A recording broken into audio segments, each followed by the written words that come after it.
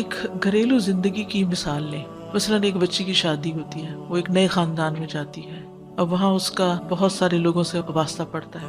اپنے فیملی ماں باپ کے ساتھ تو بہت ساری چیزوں میں وہ درگزر کر جاتے ہیں، اپنے وہ حق چھوڑ کے ہمیں فیسیلیٹیٹ کرتے رہتے ہیں. ماں باپ کما کما کے کھلاتے ہیں، پلاتے ہیں، بڑا کرتے ہیں. شادیوں تک میں کیا کچھ خرچ نہیں کرتے، خود نہیں کھاتے، خود اپنی خوشیاں پیچھے کر دیتے ہیں، خود تھکتے ہیں اور بچوں کو خوش رکھتے ہیں. لیکن یہ ساری پیمپرنگ شادی کے بعد تو نہیں ہوتی.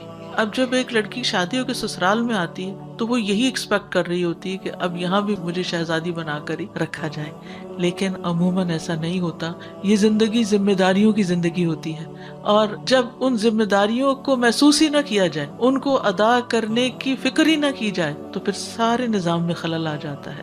اس میں پھر کبھی دین کا سہارا لیا جاتا ہے کہ عورت پہ گھر کے کام کی ذمہ داری نہیں، عورت پہ ساس سسر کی ذمہ داری نہیں، عورت پہ یہ بھی نہیں، عورت پہ وہ بھی نہیں. نتیجہ کیا ہے کہ جب وہ صرف حقوق لینے کی باتیں کرتی ہے اور حق دیتی نہیں ہے، عدل سے ہٹ جاتی ہے، تو پھر وہ زندگی خوشگوار ہو ہی نہیں سکتی. اور پھر خاص طور پر اگر انسان اپنی آخرت کو بھول کر یہ زندگی گزار رہا ہو تو اس میں پھر جھوٹ، فریب، بعض اوقات بد عہدی، بعض اوقات چیٹنگ، بہت ساری چیزیں شامل ہو جاتی ہیں جس سے معاملات میں کمپلیکیشن بڑھتی چلی جاتی ہے. تو اس لیے بہت ضروری ہے کہ کہیں پر بھی ہم ہوں، گھر کے ادارے میں ہوں، گھر بھی تو ایک انسٹیٹیوشن کی طرح ہے نا. تو جب تک ہم اس کی بنیاد بھی، کیوں خطبہ نکاح میں 4 دفعہ تقویٰ کا حکم دیا گیا ہے، جب تک اس کی بنیاد تقویٰ پر نہیں رکھتے اور وہاں پر بھی ہم آخرت اورینٹڈ نہیں ہوتے، تو پھر صحیح طور پر دنیا کی تعمیر بھی نہیں ہو سکتی.